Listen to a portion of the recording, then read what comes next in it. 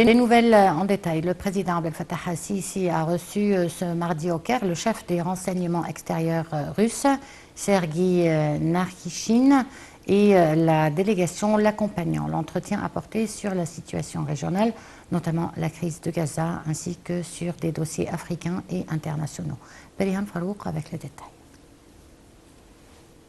Le président Abdel Fattah el-Sisi s'est entretenu ce mardi au Caire avec le chef des renseignements extérieurs russes, Sergueï Narishkin, et la délégation l'accompagnant.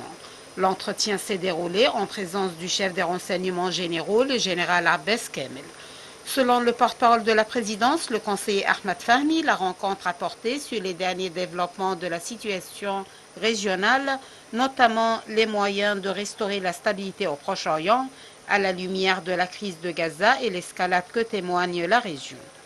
Le président El-Sisi a abordé aussi avec le chef de renseignement extérieur russe des dossiers africains et la lutte contre le terrorisme, ainsi que des dossiers internationaux, notamment la situation en Ukraine et en Afghanistan. Les deux côtés ont également passé en revue les efforts déployés par l'Égypte et les contacts qu'elle effectue avec toutes les parties en vue d'apaiser la situation régionale. El-Sisi a réitéré la position égyptienne soutenant l'importance de la mise en place immédiatement d'un cessez-le-feu à Gaza et d'acheminer les aides en quantité suffisante vers le secteur. Le chef de l'État et M.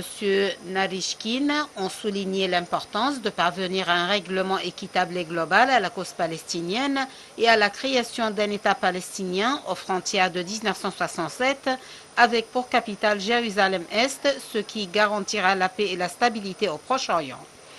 El-Sisi et Narishkin ont mis l'accent à cet égard sur l'importance de poursuivre les consultations et la coordination entre les deux pays sur tous les dossiers en vue de réaliser les intérêts conjoints des deux peuples frères. La ministre allemande des Affaires étrangères, Annalena Baerbock, a